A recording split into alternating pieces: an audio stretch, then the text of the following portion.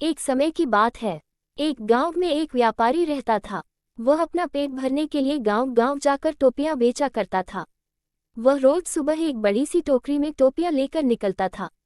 उन्हें बेचकर वह शाम तक अपने घर वापस आ जाता था। एक सुबह वह अपनी टोकरी में रंग बिरंगी टोपियां लेकर निकला। एक गांव में टोपियां बेचने के बाद वह दूसरे गांव की ओर जा रहा था। चलते चलते वह बहुत थक गया था। उस रास्ते से गुजरते समय एक जंगल भी पड़ता था। जंगल में उसे एक बरगद का पेड़ दिखाई दिया। उसने सोचा क्यों न पेड़ के नीचे बैठकर आराम कर लिया जाए। व्यापारी बहुत थका हुआ था। उसने टोपियों से भरी टोकरी को नीचे रख दिया।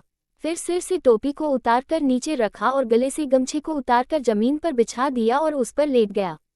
उसके बाद व्यापारी गहरी नींद में सो गया। जिस पेड़ के नीचे व्यापारी सो रहा था, उसी पेड़ पर बहुत सारे बंदर रहते थे। व्यापारी के सोते ही बंदरों ने उसकी टोकरी पर हमला बोल दिया। बंदरों ने रंग बिरंगी टोपियों को लेकर खेलना शुरू कर दिया। कई बंदरों ने टोपियों को हाथ में भी पकड़ रखा था। बंदरों की उछल कूद से वहां शोर हुआ तो व्यापारी की नींद खुल गई। नींद खुलते ही व्यापारी के होश उड़ गए। उसकी टोकरी से सारी टोपियां गायब हो चुकी थीं। सभी बंदर हाथ में टोपी लिए हुए व्यापारी की ओर देख रहे थे। व्यापारी ने ऊपर बंदरों की ओर देखा तो उसे सब समझ आ गया।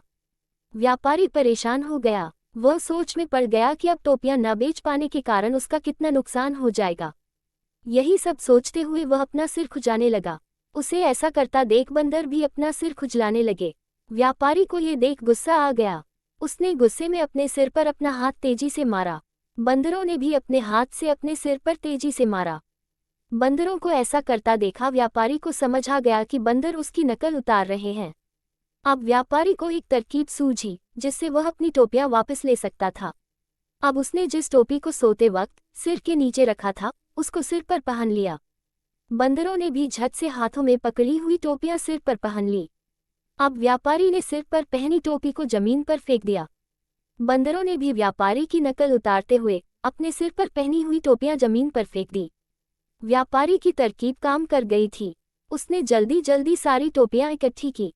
टोकरी में सभी टोपियां को रखने के बाद व्यापारी वहां से तुरंत उन्हें बेचने के लिए दूसरे गांव की ओर चल दिया। कहानी से सीख। इस कहानी से हमें ये सीख मिलती है कि परिस्थिति चाहे जैसी भी हो, हमें घबराना नहीं चाहिए। हर हाल में हमें समझदारी से काम लेना चाहिए।